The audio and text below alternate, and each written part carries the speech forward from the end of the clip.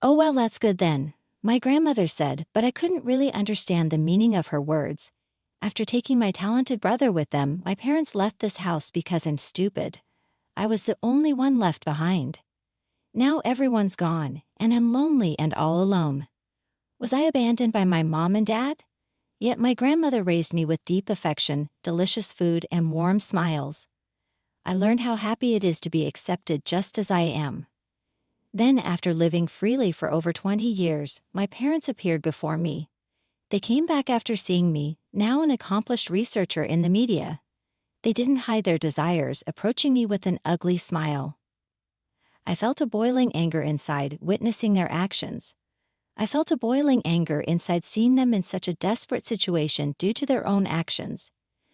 The sight of them with their vile smiles, uttering words of fake praise like, "You're amazing," or frantically spitting while screaming, "A daughter has a duty to help her parents," was so repulsive that it was hard to put my feelings into words.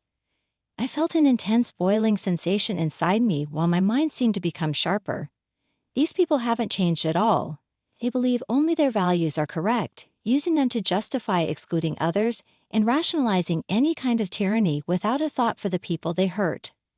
Don't make me laugh, come to me now just because you need something. So I won't hold back anymore. I'd already been walking my own path in life. I can't think of people who neglected me my whole life as family. I have no attachment to them. The time had come to tell my parents what I had always wanted to say. I renounce all inheritance and declare estrangement. I'm Jessica, a 29-year-old researcher. Ever since I was young, I loved playing outside, running around in mud puddles and sandpits until I was covered in dirt. When my science teacher talked about microorganisms, the idea of something invisible yet present fascinated me. Though invisible to the naked eye, each looked completely different under a microscope. I wanted to see things I'd never seen before, so I asked for a picture book from the bookstore, but it wasn't enough. We didn't have a microscope at home, and I couldn't always use one at school.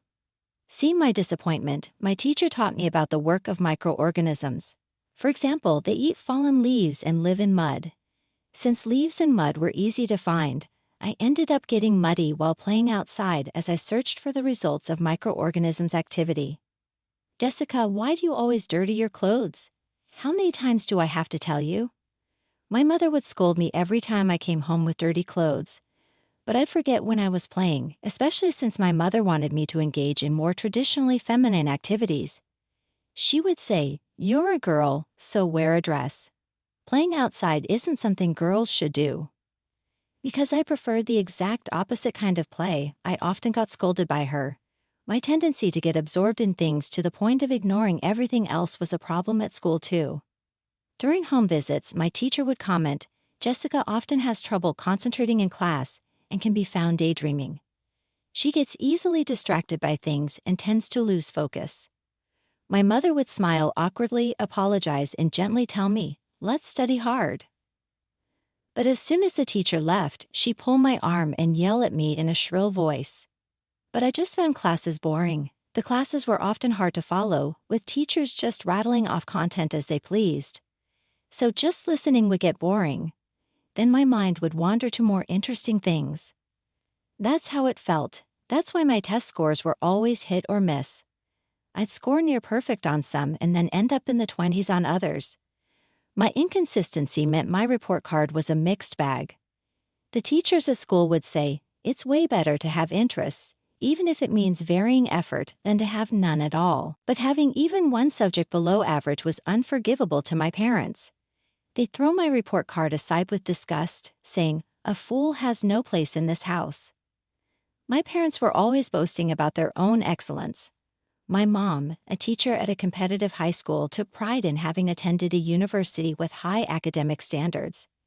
She believed that good grades and getting into a top university were necessary for a great life. I noticed that people around her were somewhat put off by her rigid values, but my mom either didn't realize it or didn't care. Even if she was told, "In today's world, it's an educational society where you graduated from matters a lot. Anyone who doesn't get that is just a sore loser." It would have been better if she just looked down on others, but she was aggressive towards anyone with a differing opinion, so it was best to avoid conflict. My dad was similar. He graduated from medical school and became a medical researcher, often talking about his work at the university hospital and writing papers.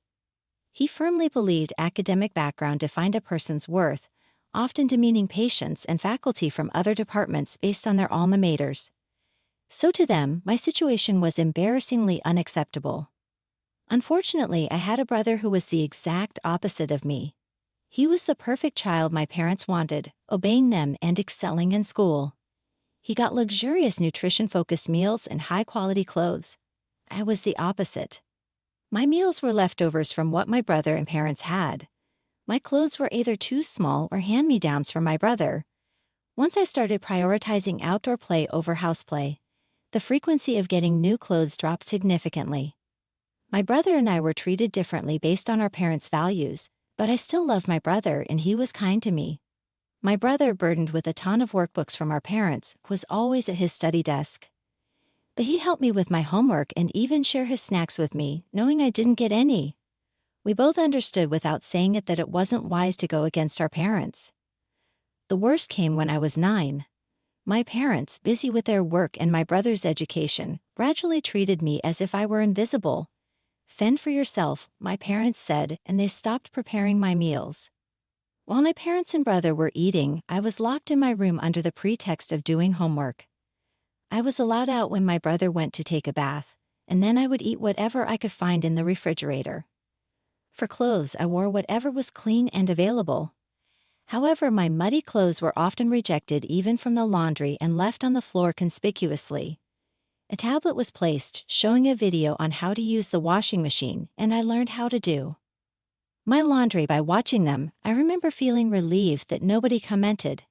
When I managed it myself, there were days when I didn't see my parents at all. They were always busy with work, and on their days off, they focused on my brother. Even if we crossed paths inside the house, there was no eye contact, no response to my attempts at conversation. So I gradually stopped trying to talk, and my parents continued to ignore my existence even more. They read all the school handouts and provided everything I needed for school. So I just thought that was how things were supposed to be. I guess my teachers, being colleagues of my mother, didn't think she would go to such lengths. There was never any communication about it. Then one day, when I came back from school, I found a note on the living room table in our deserted house. "Your brother is going to a new school. We've made this house livable for you." At first, I didn't understand. I had heard from my brother himself that he might be transferring to another school. It seemed it wasn't final at that time, but I guess my parents had arranged everything. But the note said they had made the house livable for me. I read it over and over until I finally realized that I was being left behind.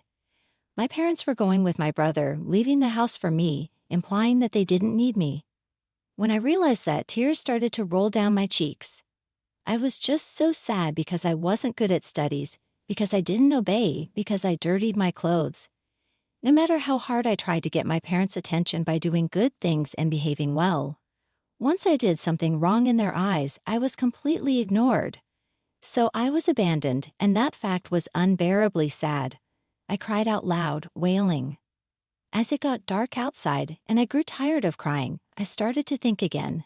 It's impossible for a 9-year-old child to live alone. Even if I had a house, what about food? Without money, I couldn't do anything, and I didn't want to be alone. Then I remembered when I was little, I used to visit my grandparents often. They were my mother's parents, and I often stayed at their house. My grandmother worked as a caretaker at a foster home a short drive away, and I have memories of going there with her. There were many kids my age, and I'm sure we played together. I think it was the year before last, my grandfather passed away, and my grandmother started living alone in that big house. At that time, my mother and grandmother had some kind of falling out, and I stopped going to my grandparents' house or seeing my grandmother. My grandmother was alone too. With that thought, I desperately searched for my grandmother's contact information. All I remembered was my mother's maiden name, my grandmother's last name. Relying on just that, I searched desperately all over the house and finally found it in an old handwritten contact book under the landline phone. My grandmother's last name and phone number. I had never made a phone call myself before, but it was like clutching at straws. I pushed the numbers on the contact book but realized I needed to lift the receiver for it to work. After doing it 3 times, I picked up the receiver, pressed it to my ear, and dialed a number. I heard the ringing tone, and after a few rings, the line clicked, cutting off the sound. "Yes, hello, Grandma, it's Jessica." She immediately recognized it was me, and right there on the phone, I managed to explain the situation I was in.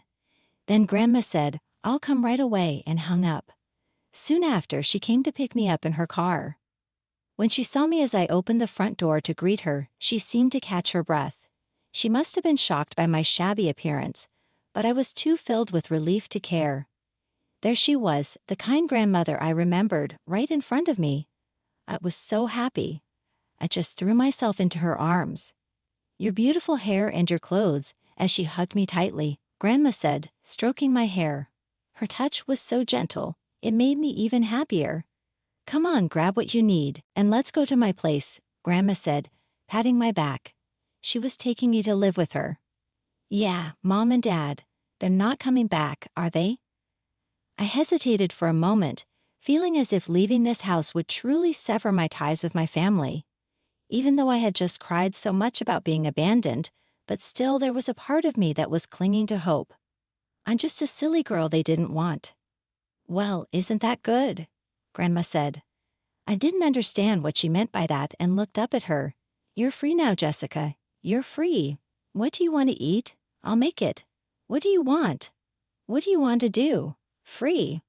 Of course, we'll have some basic rules, since we'll be living together, just to make sure neither of us feels bad or has a hard time, okay? Yeah, apart from that, you're free. Do lots of things you like, have fun. That's what you can do now." Her words warmed something inside me. Being free to have fun, I wasn't quite sure what that life would be like, but an exciting expectation was growing inside me. Afterward, I moved in with my grandma and transferred to a new school. It was a peaceful rural area where Grandma lived, and the school was small with few students. Maybe because of that, being a new student was a novelty, and everyone was kind to me. The teachers paid close attention to each student, and I no longer got scolded like before. "Jessica, you have things you like. That's great. Research the things you're interested in. There should be books in the library, but remember, balance is important. Pay attention in class, finish your homework, then you can do lots of things you like." Everyone accepted me. They helped me when I didn't understand something. They didn't deny who I was. I think before I was never really seen for who I am, but now they just naturally accepted me as I am. So I started to smile a lot more, and near Grandma's house, it was like a treasure trove for me. It was a place where ancient fossils and buried forests had been discovered, and although no major excavation work was being done now, remnants must still be there. Above all, I wondered what kind of microorganisms had lived and worked in that land. What kind of effects did they have? What were the layers of the earth like? Did different things live in each layer? There was so much I wanted to know. Every day I got covered in mud, running around, exploring everywhere. Once, while digging out of curiosity, I found something like a fossil and was thrilled. Every day was exciting, full of discoveries, and fulfilling. I naturally came to think that this was something I wanted to continue doing for a long time. 20 years have passed since my parents left me behind. Now, at 29, I'm working in a research job specializing in biology, raised by my grandmother. After high school, I went on to college for 4 years to earn my bachelor's degree, followed by a master's and doctorate totaling another 4 years. I successfully defended my doctoral thesis and obtained my PhD, landing a job at a well-regarded research institute right out of school. Right after taking me in, my grandmother somehow got in touch with my mother and insisted she pay for my education and upbringing. Naturally, my mother was reluctant, but Grandma threatened to consult child services, the police, and hire a lawyer to sue her if she didn't fulfill her obligations. Worried about their reputation, my parents begrudgingly transferred the bare minimum amount of money to my grandmother. Of course, that wasn't enough for tuition, so I used grant-type scholarships and honors student programs to complete my studies as quickly as possible. Now I'm working on things I've always been interested in, like fossil excavation, understanding the conditions and age of the land, making my life quite fulfilling. Although research institutes are known for their excessive overtime, often exceeding 100 hours a month, I don't differentiate between working hours and overtime. I research to satisfy my curiosity. I use numerous methods to find answers. It feels like there's just not enough time for the simple act of learning. Of course, some colleagues have left, unable to endure this environment, but for me, the job is enjoyable without any hardship. Being nicknamed a physical and mental powerhouse at work is something I take as a compliment. Having been denied the chance to do what I wanted and my feelings negated in the past, I relish the opportunity to delve into my interest and make new discoveries in this job. Since childhood, I've been intensely interested in one thing, which often became a target of criticism from adults. But now I can use this trait effectively in my work.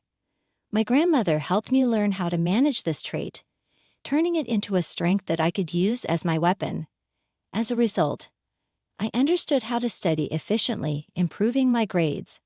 I did well in my entrance exams and could fully utilize this trait in my research.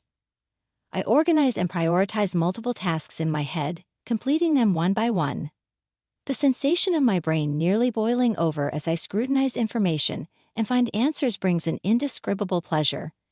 This job is indeed suited for me. Recently, I received an award from a prestigious society for discovering and elucidating the unique functions of a rare microorganism found in the sand samples I analyzed during an overseas fossil excavation. It all started with my curiosity about why this microorganism was present in that particular stratum. As I unraveled the mystery through research, I learned about its critical role in evolution, prompting me to quickly write and submit a paper. This discovery kept me abroad longer than expected, and I got tied up in non-research-related meetings and media interviews, consuming extra time. But I managed to return to the States. Just when I thought I could return to the Institute to continue my other research, I was ordered by the director to take a few days off as a reward, delaying my plans. Since these opportunities are rare and there's not much else to do, I decided to visit my grandmother, so I headed straight to her place from the airport. You've been busy again, haven't you? Not really, it's more that the non-work stuff is bothersome. Ah, I saw you on TV, that party. You were wearing such a lovely dress. I was just dressed up and made up against my will. You looked like a completely different person than the usual Jessica. I was just tired. Grandma's pumpkin stew is still the best. That's good to hear. If you want more, help yourself. Arriving at my grandmother's house, I relaxed in the living room with her delicious pumpkin stew and tea. Grandma still lives alone in this house, and although she's getting on in years, she remains active, working in the garden. I hope she stays healthy and energetic for a long time. Just then, the doorbell rang. The mail? That's unusual.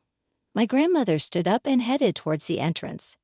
Since I was little, this area has always been sparsely populated. The neighbors who know each family's composition rarely use the intercom for visits due to their close-knit nature. Even now, the only people who diligently ring the doorbell are delivery personnel since my grandmother never uses online shopping. I was wondering what could have been delivered. I could hear the sound of her slippers scraping the floor and the front door opening. I thought Grandma would return immediately after receiving the package, but she didn't come back right away. Instead, there seemed to be some commotion at the entrance. Sensing the uneasy atmosphere, I decided to go to the entrance myself. Jessica. As I left the living room and peeked down the hallway to the entrance, I heard someone calling my name. Behind my turning grandmother at the door stood a man and a woman. It was the woman who had called my name. Jessica, I'm so glad. I wanted to see you. Jessica, come here. At first, I didn't recognize them. After all, it had been 20 years since I last saw them. The two people desperately calling my name with forced ugly smiles were my significantly aged father and mother. Why are they here? What do they want after 20 years of no contact, after they abandoned me 20 years ago? Karen, you and John have no face to show, Jessica. My grandmother raised her voice at my mother. Just stay out of it, Mom. Jessica is my daughter. You never acted like a parent. How dare you, Jessica? Come here. Let's celebrate. You've done well. My parents exclaimed in unison, still yelling. Observing my parents' commotion, I realized they knew about my recent award.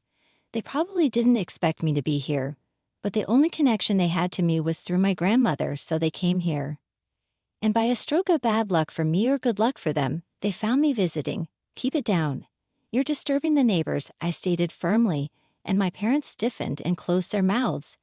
They seemed to be somewhat aware of their absurd behavior. I won't let you inside the house. Just explain briefly why you are here.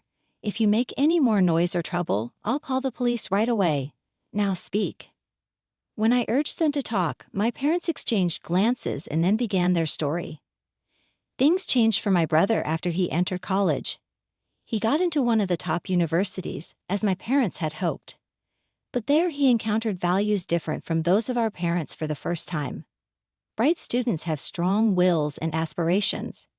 Seeing his peers pursuing various dreams, my brother began to doubt the academic elitism he had been indoctrinated with and grew to despise our parents' abnormal obsession with educational credentials.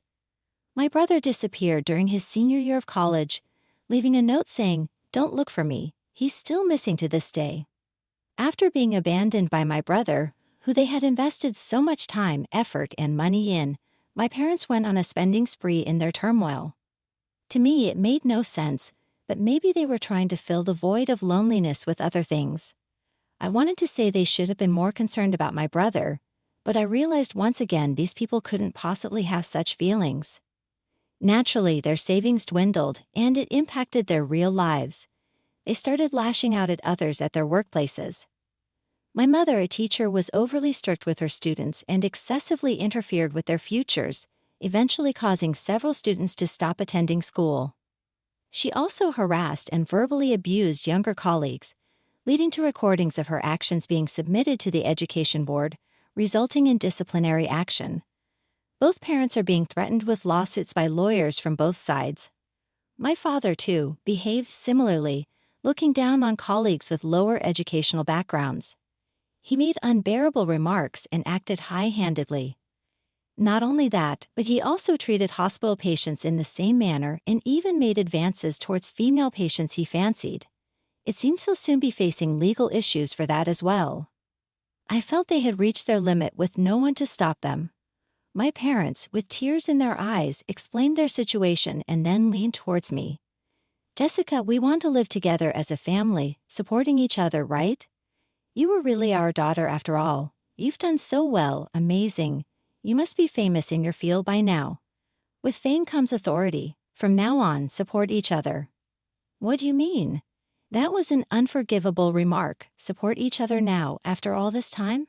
But we're family. I interrupted my parents' words with a question, shocking them. Family? What do you mean by that?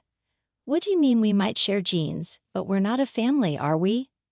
Why would you say that? My mother's voice grew louder, trying to stop me. I even felt a sense of nostalgia in that unchanged voice of hers. And then I realized I'm not afraid of them anymore, not even a little bit. Also, stop twisting things to your convenience.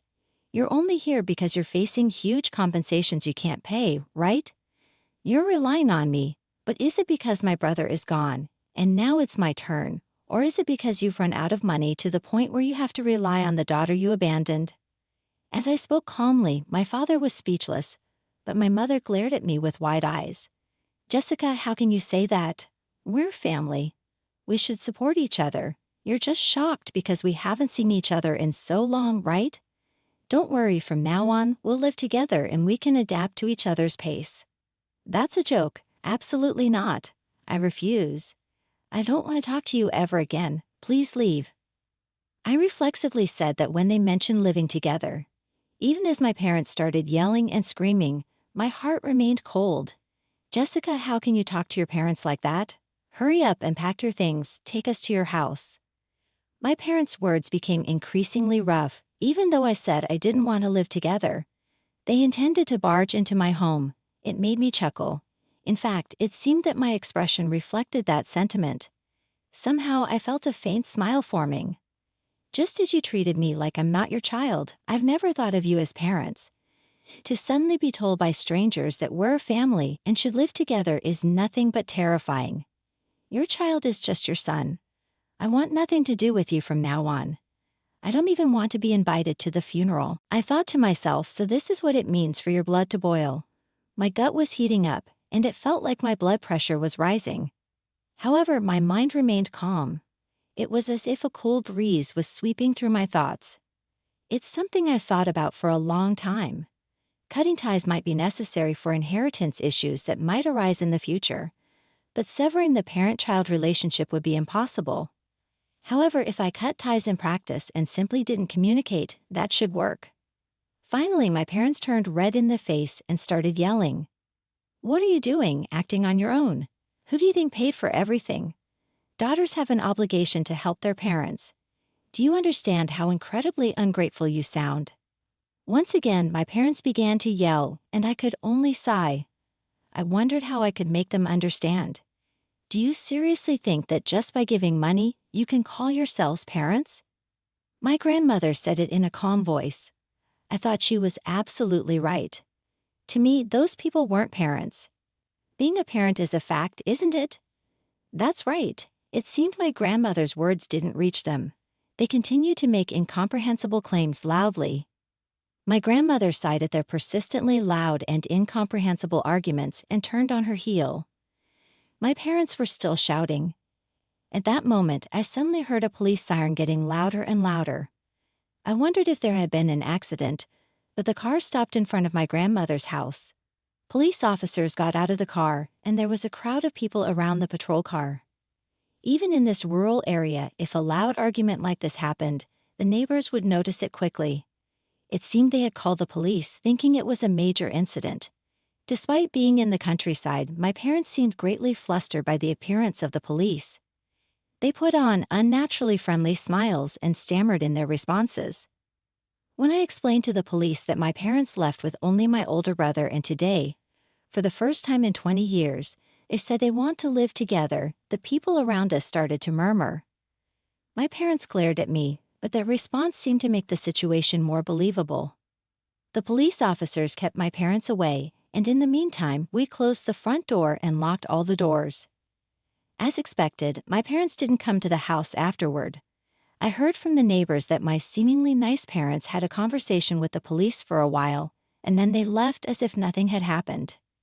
After that, several days passed, but there was no sign of my parents. It seems that even the neighbors are keeping an eye out, but it seems that the two of them haven't come near this area.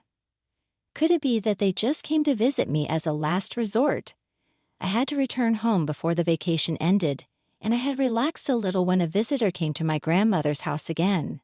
"Hey, long time no see, Jessica." "Big brother." A man with a sun-kissed tan and long hair casually tied up stood there. I realized it at his mouth when he called my name and smiled. Standing at the entrance was my brother, who had gone missing just a while ago and hadn't been heard from for several years. I brought my brother into the living room and listened to the details. While interacting with various people in college, my brother became aware of our parents' abnormality and had been patiently waiting for an opportunity to escape from that house. While working part-time, he had accumulated enough funds, and when the time was right, he left the country. His goal was to see various people in various parts of the world. While traveling around the world, he worked locally, and he said he took many photos. When he posted those photos on social media, a publishing company contacted him, asking if he wanted to open a photography shop. He accepted the offer, in exchange for them providing him with photography jobs. That's why he had returned to the States after several years. When I was in Rome, I happened to see you on the news, Jessica. Oh, from when I won the award? Yeah, that's right. You mentioned Grandma in the interview, didn't you? I came back to the States because I wanted to see Grandma, but I also wanted to meet you, Jessica. So I asked Grandma for your whereabouts. It worked out perfectly. My brother laughed cheerfully, but then he straightened up and looked at me seriously. Jessica, I'm really sorry for everything up until now. Huh?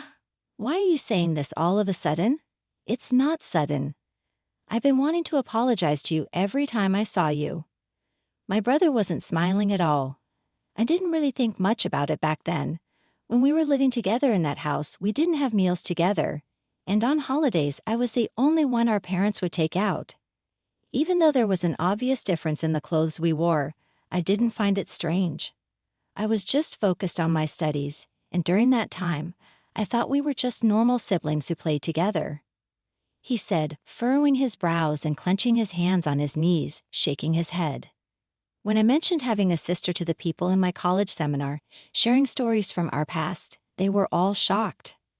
That's when I finally realized that you had every reason to resent me. I should have gone to apologize immediately after leaving home. I shouldn't have procrastinated until a time like this. I'm sorry for living carefree while you were going through a tough life. He lowered his gaze. I really should have gone to apologize as soon as I left home, but I'm sorry I put it off until now. I'm sorry that I thought it was normal for you to live a normal life when you were going through such a hard time. His heartfelt apology made me consider resenting my brother for the first time.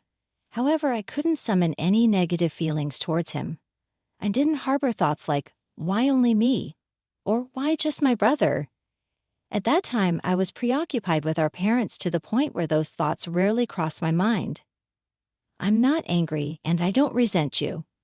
Back then, you were the only one who really talked to me, I said, and my brother's face contorted in a pained expression upon hearing these words. As tears welled up in my brother's eyes, our grandmother approached with mittened hands, holding a plate. Would you both like to have some candied sweet potatoes? It was my grandmother's homemade candied sweet potatoes, made from the ones she had harvested from her garden and prepared since yesterday. Knowing this, I couldn't help but smile at my grandmother's deliberate attempt to recreate the atmosphere of the past, as if we had returned to those days. Wow, this brings back memories. I really want to eat some. Yeah, Grandma's candied sweet potatoes are delicious, aren't they? I loved them when I was a kid. I know. Please have as much as you want. Let's enjoy them together.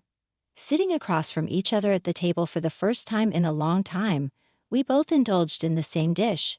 Just that simple act brought tears to our eyes. Despite the slightly salty taste, it was a precious moment. Afterward, I learned that our parents had to bear a significant amount of compensation and had further scandals that made headlines, ultimately losing their jobs. Currently, they seem to be living a modest life, working alongside people they once looked down upon due to their lower educational backgrounds. They had to humble themselves before younger supervisors with only high school diplomas. It must have been a humiliating experience, but I believed it was a necessary lesson for them. My brother and I, who had been separated for 20 years, began to frequently communicate, share meals, and visit our grandmother's house together. I was truly happy to spend time with my brother as a family, grateful for the moments we shared with our grandmother. My brother and I felt content in both my personal and public life.